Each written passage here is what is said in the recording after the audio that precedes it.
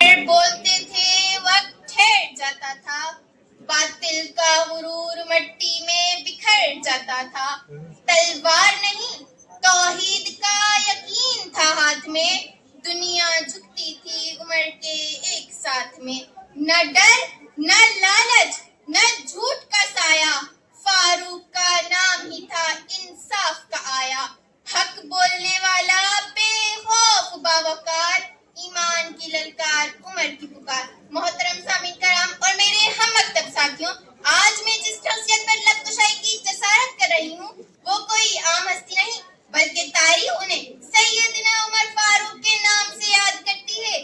جی ہاں، وہی عمر جس کے بارے میں میرے اور آپ کے پیارے آقا نے فرمایا کہ اگر میرے بعد کوئی نبی ہوتا تو وہ عمر ہوتا۔ کون عمر جس نے توحید و رسالت کا جھنڈا آدھی دنیا میں لہرایا؟ کون عمر جس کی خواہش پر رب ذوالجلال نے قرآن بنایا؟ کون عمر جس کو دیکھ کر شیطان نے بھی اپنا راستہ بدل دیا؟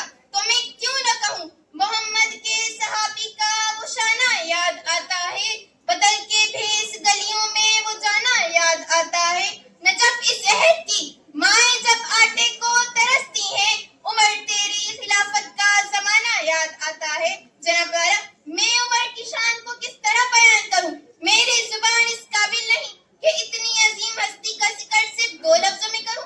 جب مجھے دنیا میں زلزلے نظر آتے ہیں تو مجھے عمر کا سرزمین یثرب پر کوڑا مار کر یہ کہنا یاد آتا ہے کہ اے سرزمین یثرب، تو کانپتی کیوں ہے؟ کیا عمر تجھ پر انصاف نہیں کرتا؟ جناب والا، جب میں بھوک اور پیاس سے سسکتے بچوں اور ماں کو دیکھتی ہوں تو مجھے عمر کا دور خلافت یاد آتا ہے کہ دریائے فرات کے کنارے ایک کتا بھی بھوک سے مر گیا تو عمر سے اس کا حساب لیا جائے گا، اور میری سرزمین پر پانی کی قلت اور دریاؤں کا خشک ہونا نظر آتا ہے تو میں بے زبان حال یہ کہتی ہوں، وہ جس کا حکم مانا ہواؤں نے سمندروں نے، جو دریا خشک ہے وائے اسے فاروق کہتے ہیں۔ جناب والا، جو جنگ کا میدان دیکھتا ہو تو آؤ میں آپ کو عمر کی شجاعت دکھاتی ہوں۔ ہجرت کا وقت تھا، تمام لوگ کفار کے ڈر سے رات کے اندھیرے میں مکہ سے مدینہ جا رہے تھے، تو ایسے میں عمر فاروق نے اپنی تلوار میان سے نکالی اور مکے کی گلیوں میں لہراتے ہوئے یہ کہتے سنائی دیتے ہیں